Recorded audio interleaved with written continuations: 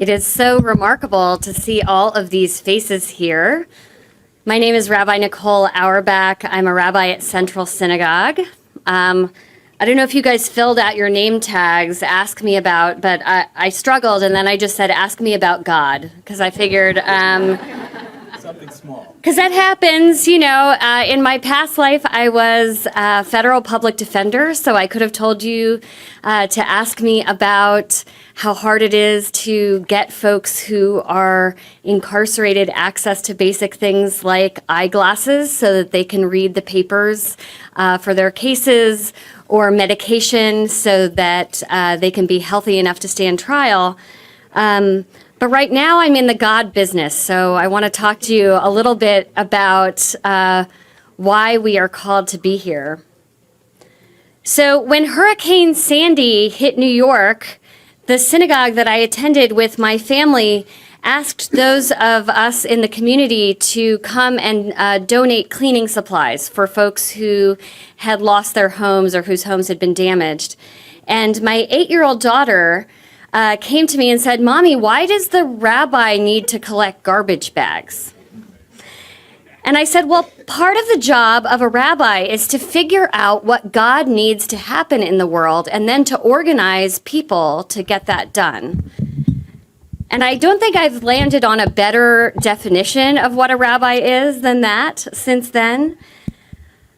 God, in that situation, wanted to help people who were suffering, and God didn't have the access to the garbage bags, and so it was on us to deliver those garbage bags to Staten Island. We're a long time past the time when God parted the sea for us or caused manna to rain down from heaven. And so if we want the world to reflect God's desire for justice and love and compassion, then it is on us to roll up our sleeves and get to work. A meditation teacher once told me, we're always practicing something, and whatever we practice, we get better at. So we can practice mindfulness, or we can practice hunching over our phones. And either one, we are going to get better at that one. We can practice yoga, or we can practice sitting on the couch watching The Bachelorette. And we will be reinforcing those neural networks, whatever we do. We're always practicing something.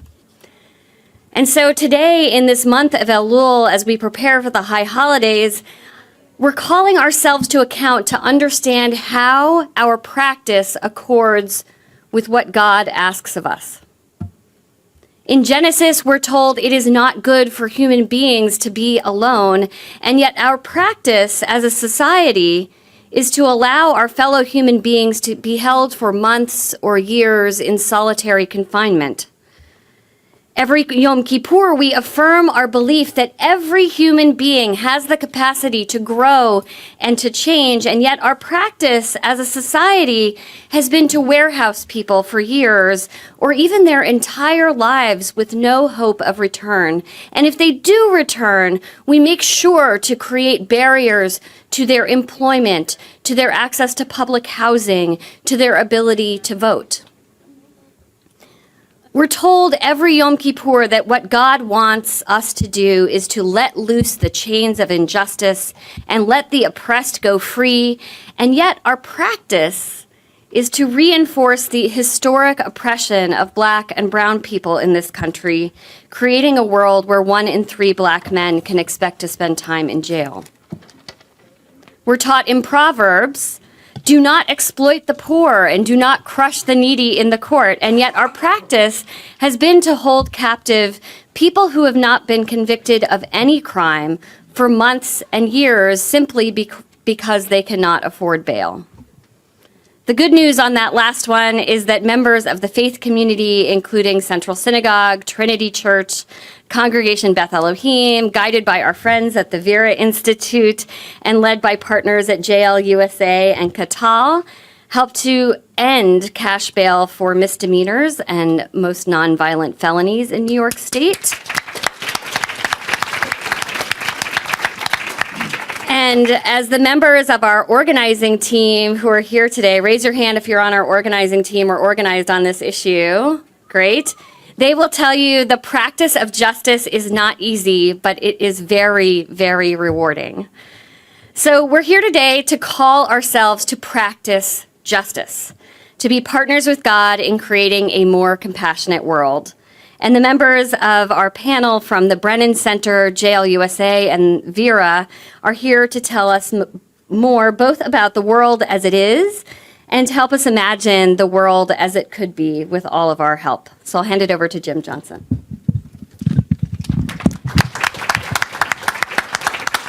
Thank you, Rabbi Auerbach, and good morning to you all. It has been many years, probably about 3 years, since I sat with David Bernstein in this room.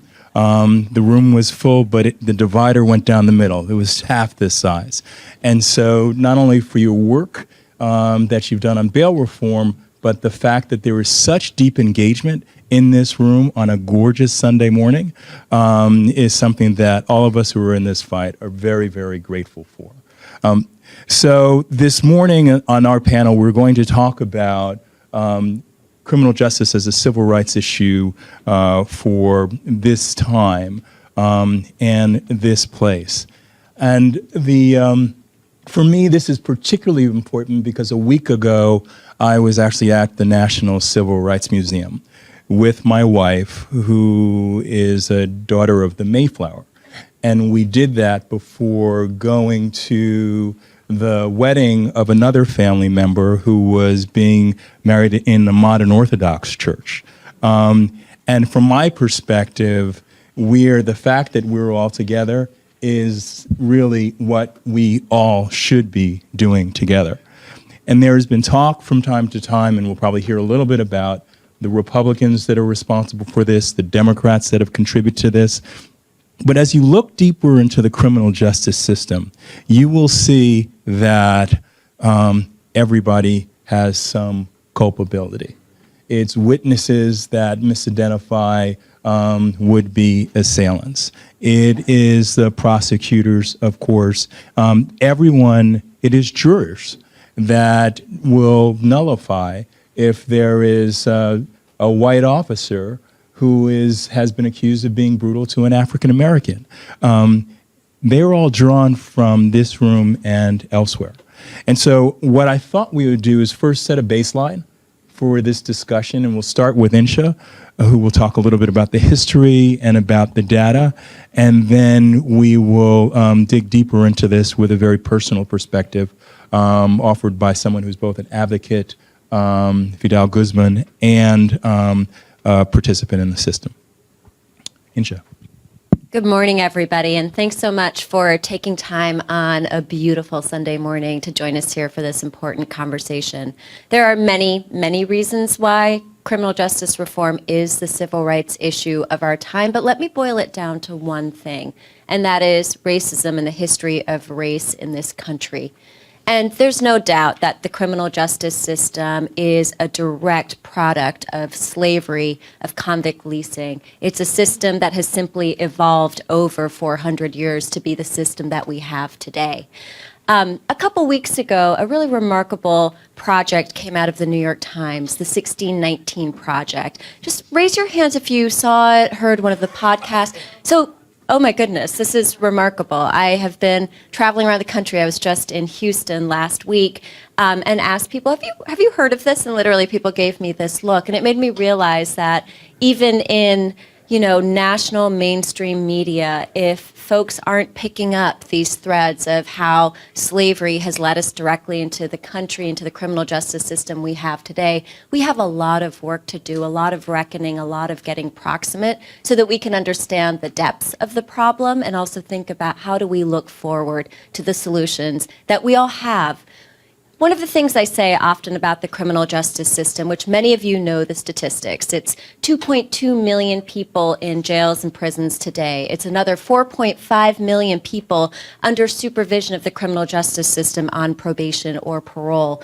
And that's aside from the 70 million Americans who have a criminal conviction that gets in the way of being able to go to school, to get loans, to get housing, to get a good job. All of these barriers, that is our criminal justice system. And I want to point out that back in 1970, there were less than 300,000 Americans in jail and prison at any given day.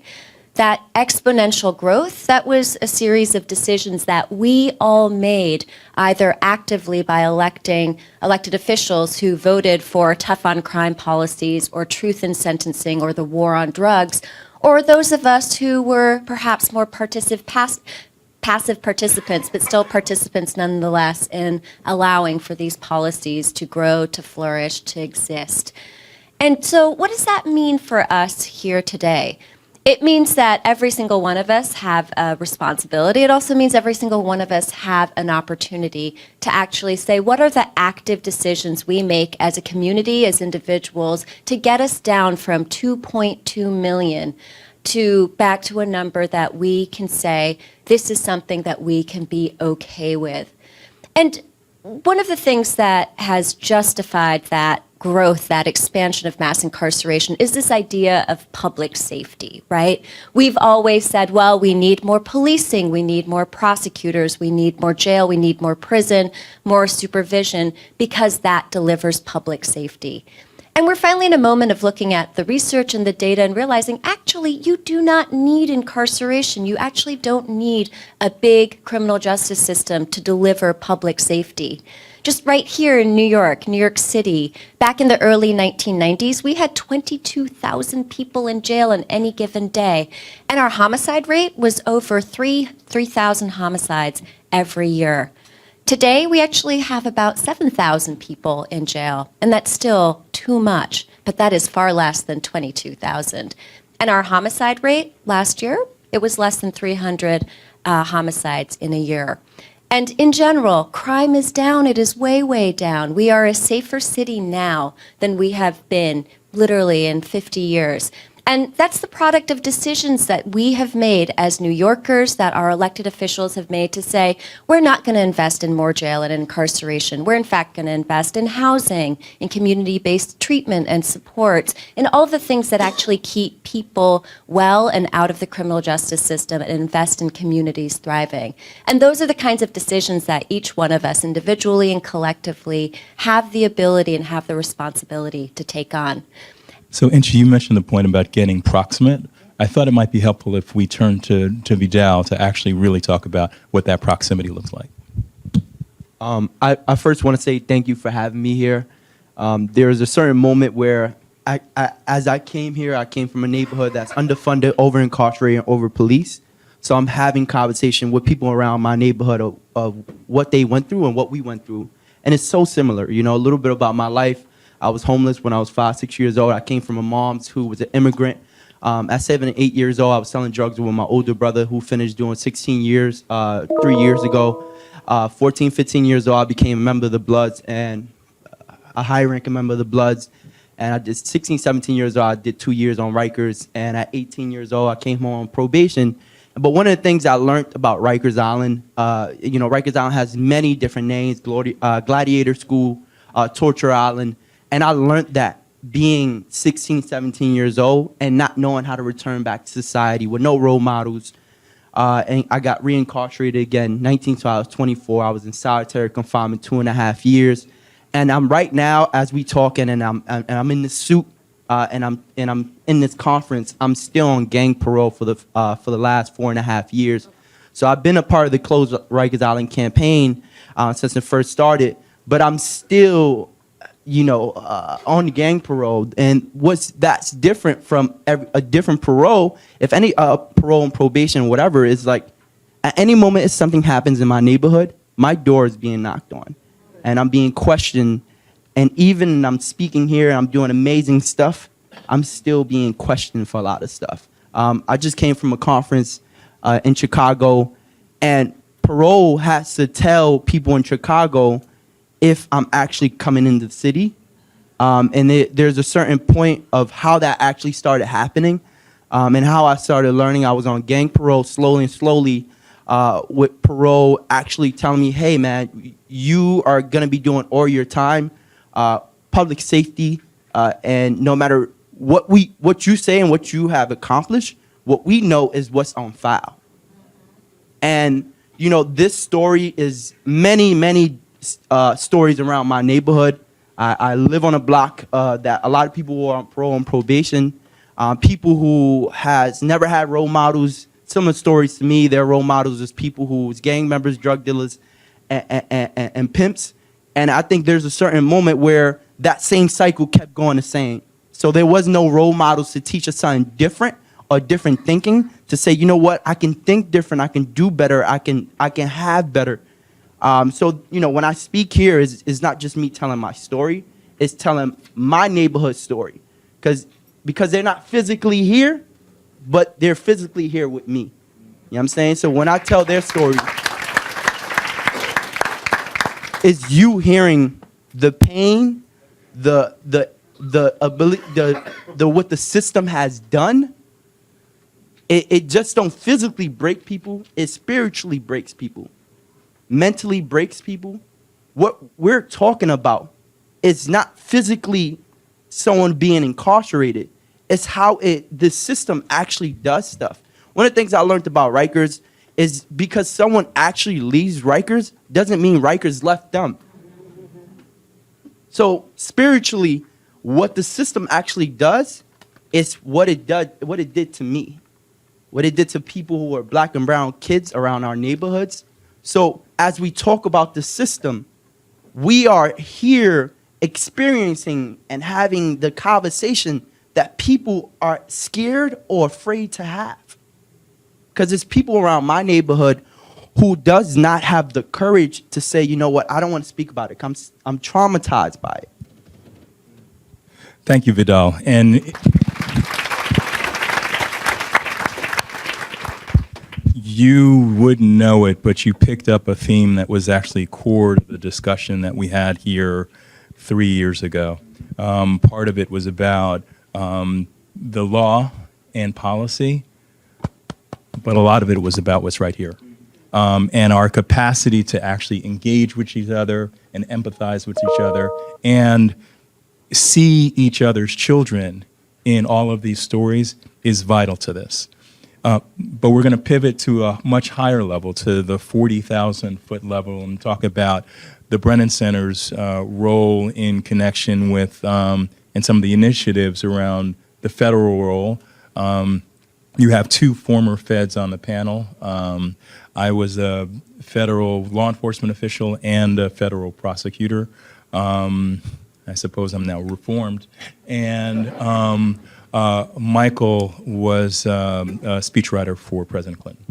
Thank you, Jim. And it is true, and I do hasten to point out to this audience that the very first speech I ever wrote was my bar mitzvah speech. So, and it was the most lucrative as well, which gave an entirely misguided sense of the economics of the profession.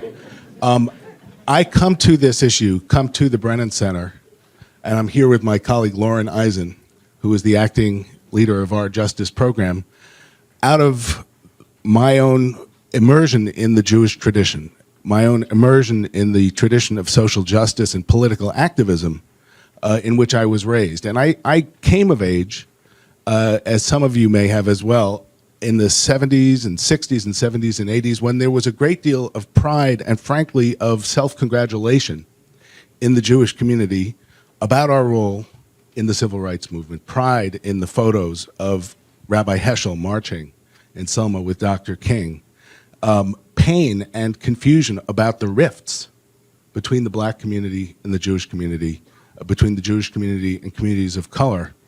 And I do think that we, as a community, have a particular duty to take seriously the ways in which this is the Selma March of our time.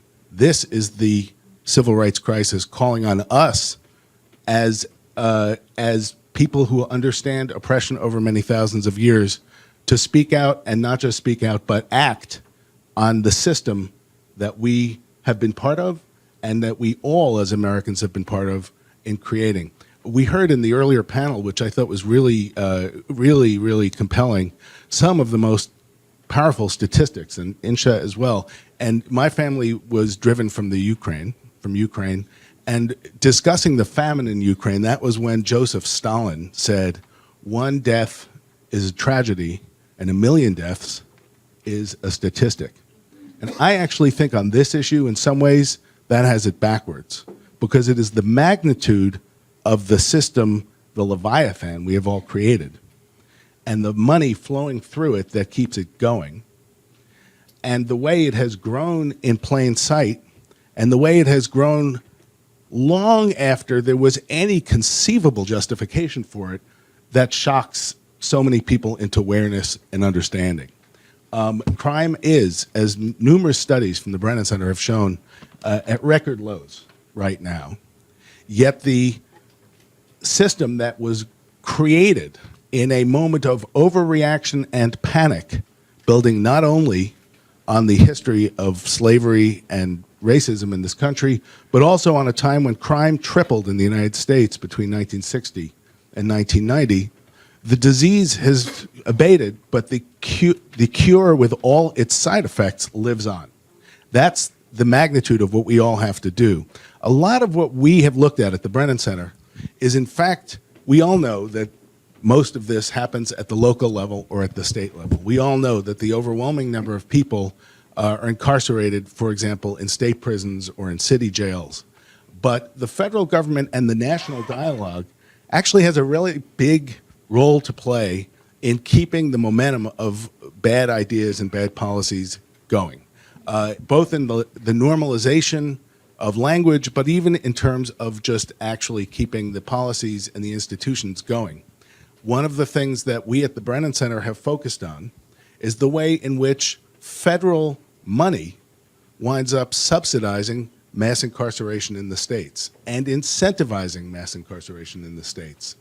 We all know that the crime bill of 1994 is very controversial, but the part of the crime bill that is probably lives on with the greatest consequence was a federal funding program with crushing consequences for racial justice that subsidized states to build prisons and to increase sentences and to end mandatory minimums.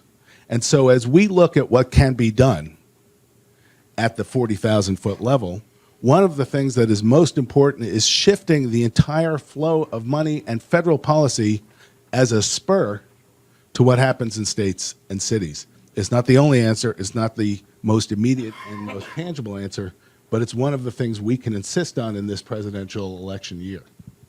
And one of the things that's important about that is that we don't have one criminal justice system. We have, if you looked at it at the gross level, at least 51, but many, many more than that. And so trying to target the federal funding is one of the key leverage points. And so we're going to just step back and talk a little bit more about each of you, the initiatives that you're carrying forward. And I'd like, given the comments from earlier this morning and just now, I'd like for you to address, as you're talking about your initiatives, it through a couple of different lenses. One is narrative. We've already talked about the narrative of we're doing this to ensure public safety. It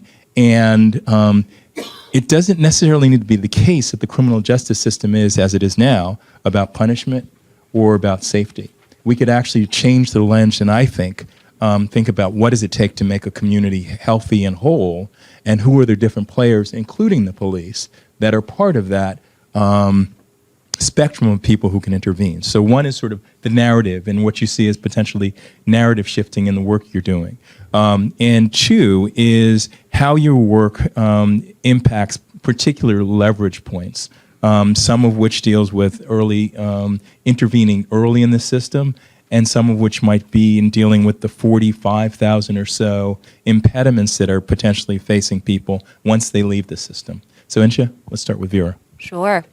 So the Vera Institute of Justice has been around since 1961, and we are a research and policy think tank.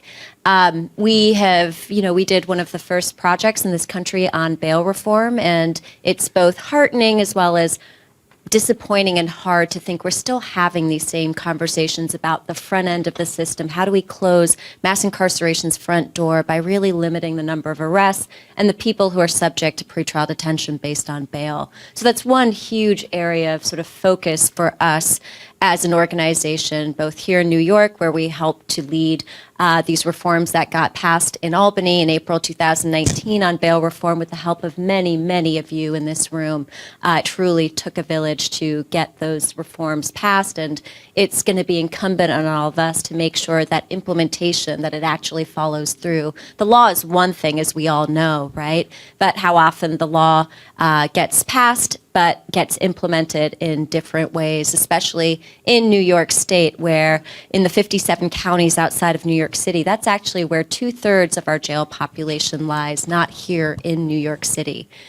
The second piece is, so when we do use jail and prison, and our trajectory is to use it far, far, far less than we do now, how do we make sure that we have opportunities for people so that they come out more able to come back to their communities, more able to be okay, to thrive than what we have now? And so we are leading the charge on a repeal of the 1994 Crime Bill, a specific provision that took away Pell Grants, funding for incarcerated students and for college and prison programs. And there is bipartisan support for the REAL Act, which is a great piece of legislation that will allow federal money, financial aid, to actually run effective, promising college programs in prisons. And we've been leading this program of having these college and prison programs in over 70 jails and prisons across the country for the past 5 years, and the results are remarkable. If you ever want to see something so beautiful, yes, it's huge. Is going to one of the graduations in prison where the prisons invite in family members, where people actually get their bachelor's degree. And they know that when they leave, because over 95% of people who go into our jails and prisons come back into our communities, they have a fighting chance of getting a good job, of having a life where they actually get to earn a living for themselves and their families. And then finally, closing the sort of end of the system, right, of how many people we have on probation and parole. And another staggering statistic is almost half of all admissions to our jail and prisons each year is actually for what are called technical violations of people being on probation or parole. So people have not been accused of or committed a new crime, a new criminal offense, but rather they were accused by their probation officer or parole officer of missing a curfew or having one positive test for marijuana, or even just something as simple as saying, hey, I can't make this meeting with you because I have to go to my job, or I have to go to school for my child. Those are the reasons that we are putting people back into the system, and that has to end as well. And then in terms of a narrative shift, I want to leave this room with one thing. I mentioned in New York State, 57 counties outside of New York City, and just how rural New York State is. Well, what we've actually seen is most of America is rural and suburban, and a lot of our criminal justice reform efforts have been focused on big cities like here in New York City, LA, Chicago. And even if we end mass incarceration as we know it in these big cities, if we don't address the quiet jail and prison boom that we're seeing in suburban and rural America, we will not end mass incarceration in this country. And so a signature initiative that we've taken on, and we have a tremendous data set that shows just in counties in eastern Kentucky or rural California, what is the jail and prison boom there. And we're actually working with community activists and advocates on the ground, as well as in state houses in Kentucky, in Tennessee, to say how do we sort of use those levers for change and make sure it touches all of America, not just urban America. Okay. I think, so Just Leadership USA is an organization that was founded by a former founder, Glenn Martin, someone formerly incarcerated. I think when I first came to the organization, first I started volunteering. The most powerful thing about Just Leadership is that it was founded by someone who has went through the system just like me. We understood each other, and I have so much respect for him. And when I first started volunteering, I first heard about the Close Rikers Island campaign. For me, first hearing about it was like, yo, these guys are crazy. And like, I'm like, they want to close Rikers Island. And my thinking was like, I'm so down with this, you know? And 3 years ago when the campaign was first started, it was started in the steps of City Hall with 50 organizations, faith leaders, grassroots, and social services, and most importantly, directly impacted people. We had to figure out many different things. Who's the target? The mayor himself. How much does it cost to keep people detained, or the cost, the price tag of Rikers Island? And we found out every single year, you know, to keep a person detained kept growing, but right now it's $300K per person per year to keep a person detained on Rikers Island. As we talked about the numbers of 21,000, and now the city is the biggest city with the less people incarcerated. We're at 7,000. And that wasn't done because of government. That was done because directly impacted people, or people who understood this work, was now at the table talking about what exactly we needed. So this campaign, the Close Rikers Island campaign, was started 3 years ago. When we found out who our target was, we followed him everywhere. Everywhere. I mean, to Miami. We followed him where he was having his fundraisers and telling his funders, if you're going to fund him to be mayor, one thing that you have to make sure that he put in his agenda is closing Rikers. You know, we pushed the mayor from talking about reforming Rikers, and I don't know, how do you reform something that people who had been there called Torture Island Gladiator School? And from there, the Limit Commission really started shaping up from Melissa Guerrero, and that study was done by Judge Littman and other advocates and other individuals, asking all 5 communities, what do they want to do with Rikers Island? And all 5 communities said we wanted to close Rikers. You know, so what is the brick and mortar now? Is that we are in a place where the city is going to be going to 12 to 4 jails, 15,000 bed capacity to 3,000 bed capacity. And this is what we're pushing for. Not with just policy changing. I think one of the things that we also need to say with the preach-out bills that was just recently passed, in January 1st of 2020, what your estimate said there's going to be 9,000 people coming home from New York State jails. Like, we got to clap for that. 9,000 people coming home. There's still a lot of changes we have to make. But, you know, the city is going to be decarcerating more. And I think that's the idea that New York is so great at, and everyone around the country is looking at us. But there's the idea of closing Rikers was 3 things: to shrink the system, improve conditions, decarcerate New York, and the most important thing is the built community platform. As we shrinking the system and improving conditions, as we pass policies that will free people, and the most important thing is our built community platform that was created is a 28-page built community platform that was created by the people for the people. And what it's saying is that we want 7.6, and this is why I get radical, we want $7.6 billion to push the city from, and we can divest that from the NYPD's budget, the district attorney's budget, knowing that the Littman Commission also said there's going to be $540 million left over at the Rikers is closed. We want every single dollar to go into the communities that have been impacted by Rikers.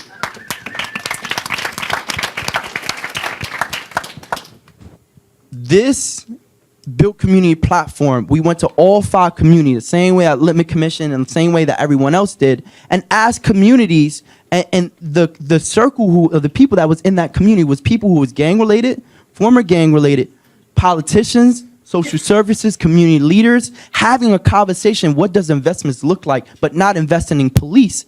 And the range of what people talked about, sustainable housing, public health, you know what I'm saying? Having reentry services, having the basic needs as having more community centers opened. One of the things that we learned in New York City has 100 community centers that are closed and not operating right now. So when we talk about the built community platform, we started seeing a lot of holes when it talked about simple things of where young people can go and grow. Even community programming that teaches young guys how to tie a tie or sit through a job interview. So our Build Community platform really talks about all the basic needs.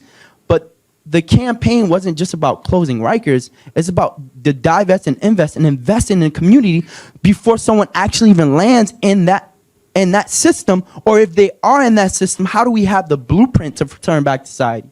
Because one of the things that I learned as a person who was in the system is that jail and prison prepare you to go in, but it never prepare you to come out. And that's a problem.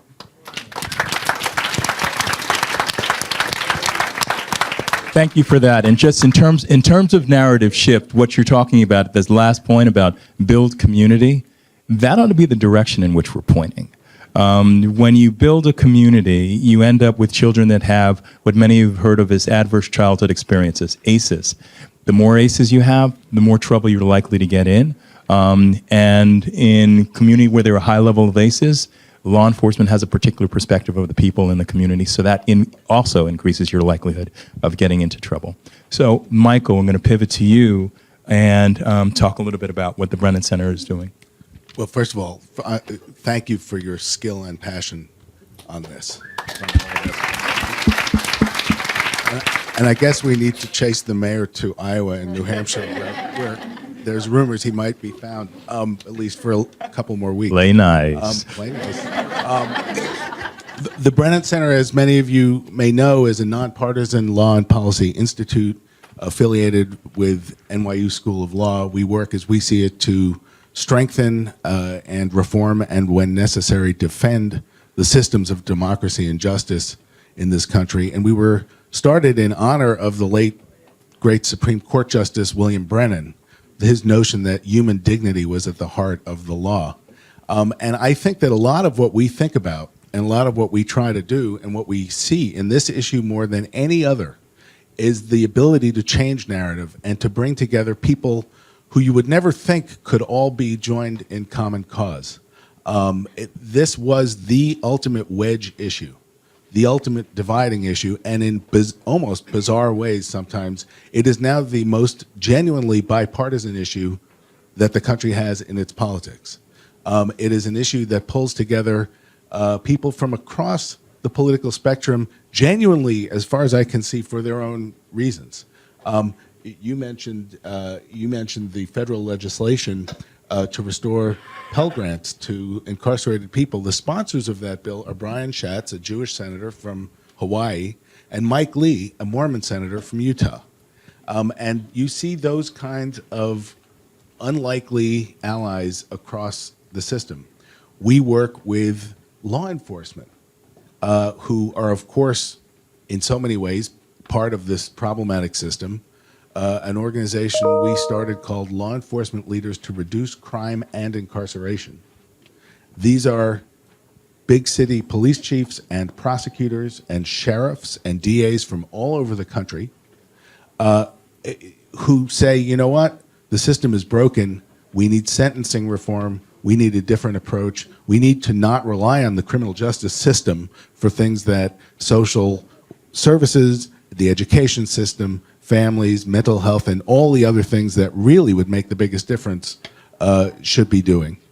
And it's worth noting, this is, as you know, a time when there are many prosecutors being elected around the country on issues of reform, and some of those folks in this group are those, but a lot of them are the kind of old line police and old line prosecutors.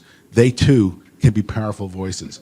The business community knows fully well the drag on individual potential, but also on GDP that comes from the irrationality and the cost and the burdens of this system. We work with business leaders, you've heard from some of them, but all across the country, and economists and others. And again, this is something where there is far more agreement across progressive and conservative communities than on any other issue that I work on and that I know of. So I guess I would say that the narrative forces us and compels us. We're at a time when there's this momentum where New York has been this example. It's now as you know, it's the safest big city in the United States. Incarceration is down and crime is way down. showing that you can make big changes, you can end unconstitutional stop and frisk, you can reduce people behind bars, and it doesn't make you less safe, it makes you safer. That is a lesson we can help teach the whole country, but we, I would suggest, need to think big. I worry that this is a moment that will come and go, that these coalitions, partly because they are an unstable laboratory experiment, will fly apart at some point. And we ought to be thinking holistically and systematically. There is a hunger in this country for big thinking. Some of it's bad big thinking, some of it's good big thinking. We ought to have big thinking for justice. We developed a proposal to reverse one of those elements of the crime bill that I mentioned, the 94 crime bill. The federal government ought to be subsidizing states that reduce incarceration and recidivism. And the legislation embodying that is called the Reverse Mass Incarceration Act, and increasingly folks in Congress are supporting it. And so we ought to think big in terms of sentences, in terms of drug policy, in terms of all these other things that once seemed unimaginable, but now, to my mind, it would be a tragic missed opportunity if we didn't take this moment to act as big as the problem demands. Thank you, Michael.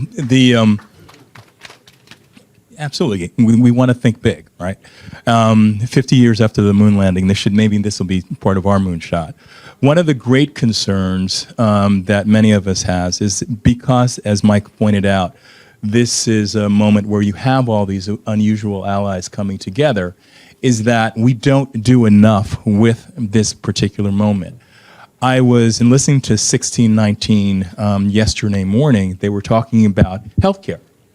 And I learned something that I had never known, which was Truman proposed universal health care after he was reelected president of the United States.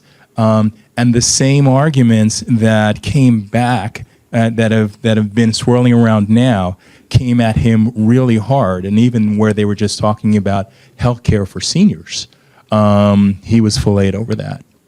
There are cycles, as you know, in American history and in American political thought, and we need to take advantage of this moment to think broadly about how the system ought to actually be characterized and its purpose, which is why the build community component is a key component of the shift the narrative, because there's a countervailing narrative that always exists. It goes away for a while, but it comes back. And that narrative is this: those guys will hurt you. You are supposed to be afraid of those people. And you spin the wheel, any number of people in this room can come up as one of the people that's those people. And so Vidal and I have very different backgrounds, but there are certain habits of behavior that I am sure that he and I learned to take to make sure that we don't get crosswise with folks. We comply before we complain. We walk out of stores with receipts. I was at a city bar association meeting talking to a former U.S. attorney who was also African American and another senior partner in a law firm. And all of us at the time was a partner in Debevoise, and all of us talked about our habits. I was the youngest at 54. Our habits that we still have around these issues. So if we're going to take advantage of this moment, the question becomes, what can you do? What can we do together? And so I'll start with Vidal, move to Michael, and then to Insha, because this is the part where it's a call to action. A lot of work needs to be done, and every single hand needs to be on the plow. You have your pen and paper? Okay, so the first thing that's happening in New York City, City Council is voting on a real important process to get the city to 12 to 4 jails. If you live in New York City, you can call your city council and tell your city council, I support the plan directly impacted people from Just Leadership and the Close Rikers Island campaign that improves conditions, right? And I think we printed some papers that's out there. I don't know. The second part, yeah, they are printed.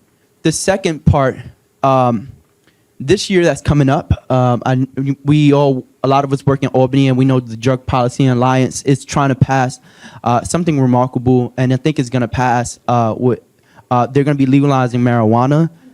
I know that's for a lot of yes. I know for a lot of people it's like, whoa. So one of the things that we learned that 81% of people that own marijuana shop or is in the marijuana business are white. Knowing that the people who have been the most harmed by marijuana, criminalized by marijuana, black and brown people. I had people on my block who are construction workers, or people who are saving their money up and saying, are we going to be a part of that entrepreneurship business? Are we going to be a part of opening shops, knowing that I've been locked up or been targeted by the stop and frisk or been incarcerated? Am I going to be a part of that? And when I hear that, I look in the room and see what we all can do right now, or what we all can be a part of. Drug and Policy Alliance, we really always go up to Albany with them and every way, any way we can.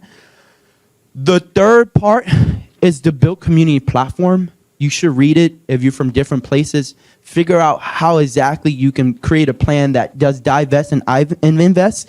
I just came from Chicago Thursday, Friday. Yeah, this Thursday, Friday, I just passed. And I talked to advocates and activists in Chicago who are now ending the gang database.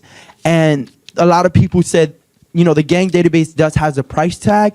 So I came in there and introduced and talked to them about our Build Community Platform.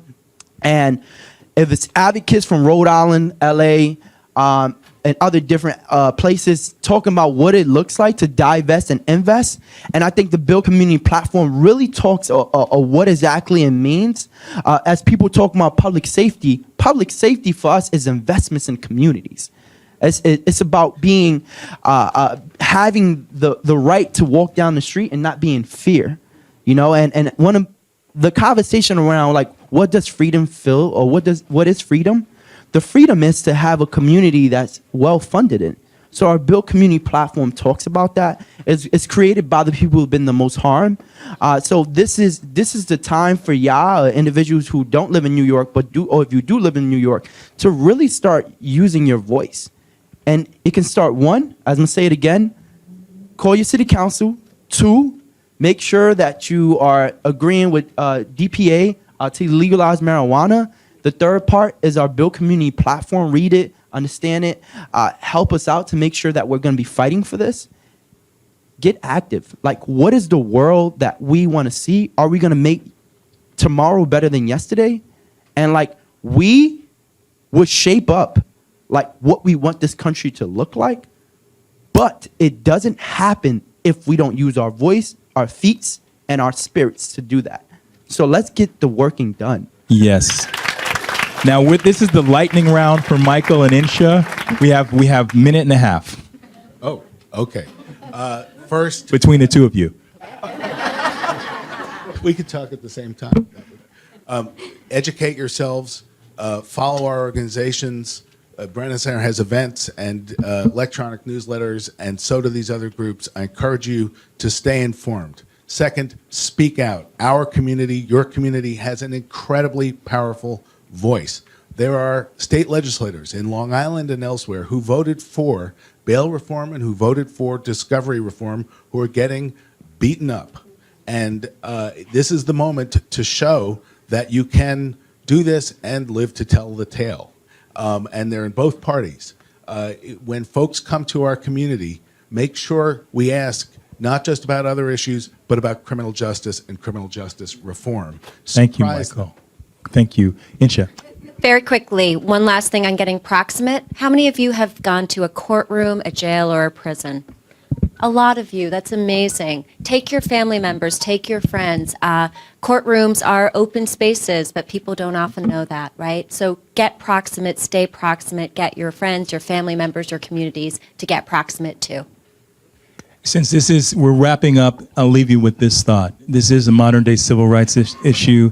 From my perspective, some of the civil rights songs still matter tremendously. One initially was the Negro national anthem. Lift every voice and sing. All of you have voices. All of them need to be lifted up. And all of us need to be eternally vigilant, because even as we put in place some of these reforms, discretion will move around, and if they're not prosecuting for marijuana, it will go someplace else. We need you engaged in this, and I'm so happy. We're all so happy that you were here. Thank you.